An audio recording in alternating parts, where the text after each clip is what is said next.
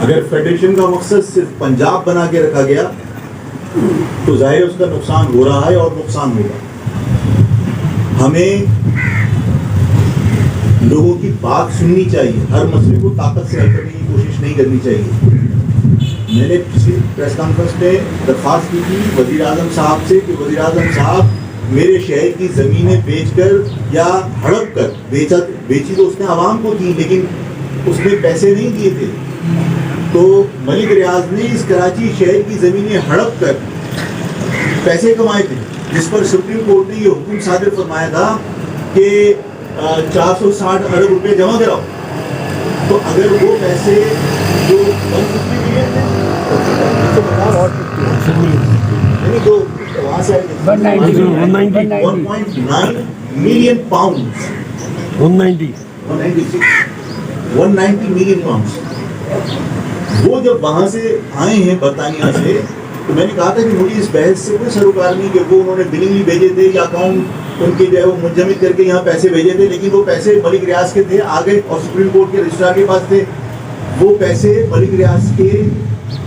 Supreme court نے جمع کرنے کے لیے کیوں کہا تھا؟ اس لیے کہ کراچی کی زمینیں ہڑپی تھی اس نے, تو کراچی کی زمینوں کے پیسے کراچی کو ملنے چاہیے تھے نا.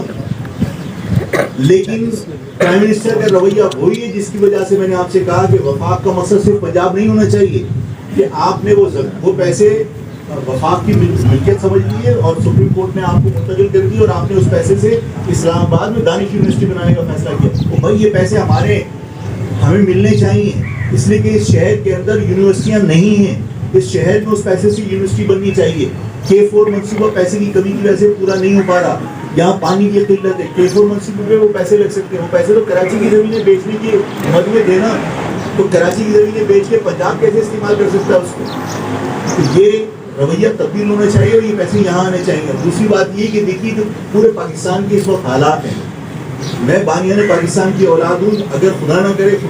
میرے منہ میں تھا کہ اگر پاکستان کو نقصان ہوگا نا تو کسی بھی قومیت سے زیادہ اگر کسی کو دکھ ہوگا تو ہمیں ہوگا, اس لیے کہ میرے باپ داداؤں نے اس ملک کے لیے قربانیاں دی تھیں.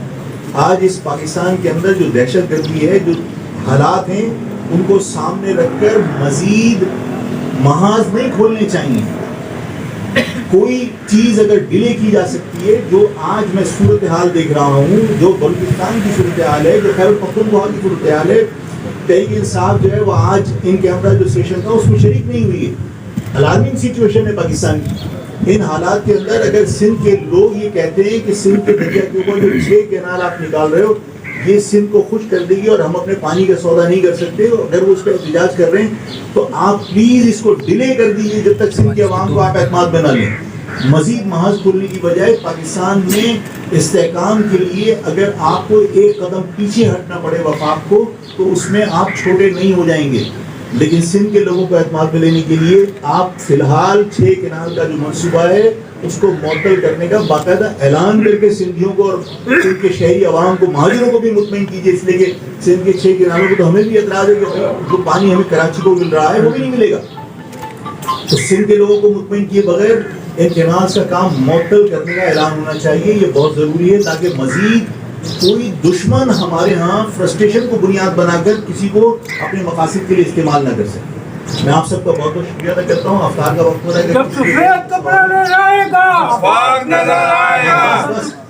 اگر کوئی ذہن میں سوال ہے تو کال کر لیجیے اور میں افطار کا